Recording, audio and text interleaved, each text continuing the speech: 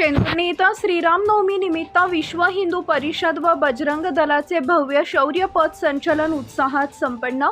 ही बातमी आहे जामनेर प्रतिनिधी राहुल सपकाळे यांच्याकडून। जामनेर तालुक्यातील प्रति श्री क्षेत्र पंढरपूर समजल्या जाणाऱ्या शेंदुर्णी नगरीत श्रीरामचंद्र जन्मोत्सवानिमित्त प्रथमच विश्व हिंदू परिषद व बजरंग दलाच्या वतीनं भव्य शौर्य पथ संचलनाचे दिनांक 26 मार्च 2026 रोजी आयोजन करण्यात आले होते।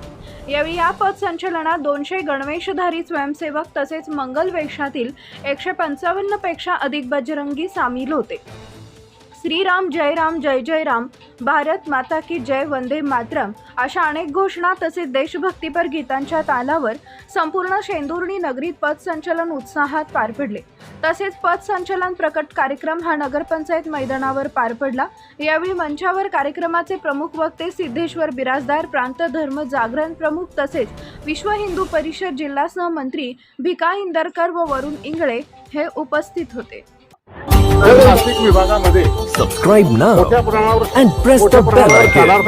Never miss an update.